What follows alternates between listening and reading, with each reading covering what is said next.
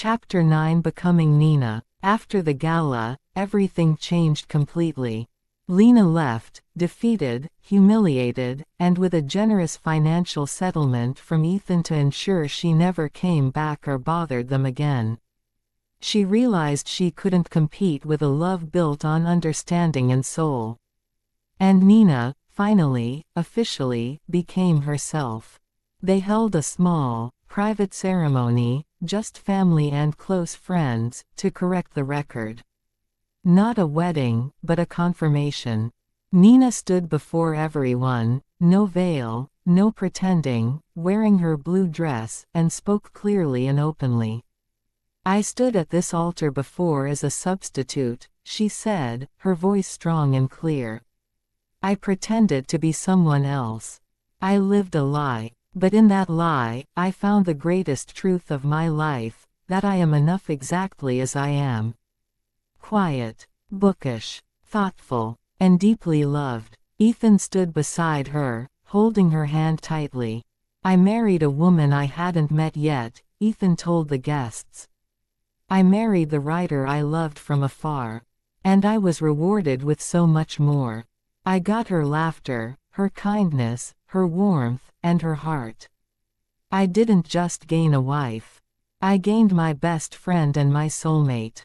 Legally, they changed everything.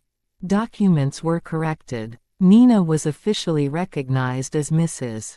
Ethan Sterling, with her own identity, her own rights, her own place. The confusion was gone forever.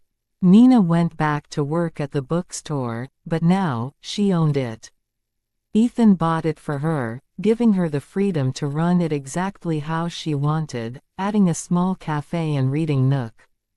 It became a popular, beloved place in the city, known as a quiet haven for readers and thinkers. People stopped calling her the quiet twin, or the shy one. They started calling her the writer, or the owner, or simply Nina. One evening, she and Ethan were sitting in the bookstore after closing, surrounded by shelves of books. "Are you happy?" Ethan asked softly, tracing the outline of her face. "No more secrets. No more pretending. Just us." Nina smiled, leaning into his touch. "I am happier than I ever dared to dream. You know, I used to write about wanting to be seen. I used to write about being invisible. I used to think that being quiet meant being ignored." She looked up at him, her eyes shining. "But you saw me. Even when I was hidden behind a pen name. Even when I was hidden behind my sister's face. You saw me. And that is the greatest gift anyone has ever given me." "You saw me too," Ethan replied quietly. "Everyone sees the billionaire. Everyone sees the cold CEO. Everyone sees the man with power. But you saw the lonely boy who just wanted someone to talk to. You saw the man who needed softness. You saw me." He kissed her forehead. "We found each other in the silence, Nina. And now, we get to make all the noise we want." Chapter 10 Pages of Silence No More. The biggest change of all came when Nina decided what to do with Pages of Silence. For years, it had been her secret. Her safe space. Her hidden world. But now, there was no need to hide. And she realized that her writing had helped people, hundreds of thousands of people who read anonymously, who commented saying, "You describe exactly how I feel," or, "Thank you for putting words to my silence." With Ethan's encouragement, she made an announcement. She posted one final update on the blog, a letter to her readers. "For years, I wrote here in silence and in secret. I wrote because I felt invisible. I wrote because I felt different. I wrote because I thought no one would understand the quiet parts of life. But then, someone found me. Someone who read every word and loved me for it. Someone who taught me that silence is beautiful, but being heard is even better. I am Nina Hale Sterling.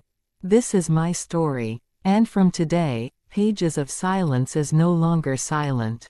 She attached a photo, not anonymous, not hidden, a photo of her smiling, standing in her bookstore, hand in hand with Ethan. The reaction was massive. Her following grew instantly. People were moved by her story, the twin who took her sister's place, the writer who was loved before she was seen, the woman who found love through words. She started writing publicly now. She wrote books. She wrote articles. She spoke at events. She became an inspiration to anyone who ever felt like they were living in someone else's shadow, or like their voice was too quiet to matter. "You were always meant to be heard," Ethan told her one night as they sat together reading the first copy of her first published book, titled The Replacement Bride's Diary. "I was only meant to be heard because you listened," Nina replied, resting her head on his shoulder. She looked at the dedication page, written in her own handwriting. "To the man who fell in love with my words before he knew my name. Who chose me when I was pretending to be someone else. Who loved my soul before he saw my face. You were the best story I ever got to live." Ethan closed the book and set it aside, pulling her onto his lap. "You know," he said with a grin, "I think we should write a sequel. The Replacement Bride's Baby Diary." Nina laughed, her face lighting up. She had suspected for a few weeks now, and hearing him say it made her heart soar. "Are we starting that chapter soon?" she asked softly. Ethan kissed her deeply. "I certainly hope so. I want a whole library full of books about us. I want a whole family full of people who know that love, real love, starts with seeing someone exactly as they are." Nina looked around their home, filled with books, warmth, and love. She thought back to that wedding day, walking down the aisle terrified, thinking she was ruining her life. She hadn't ruined anything. She had saved everything. She had saved herself. She had saved him. She had saved their love.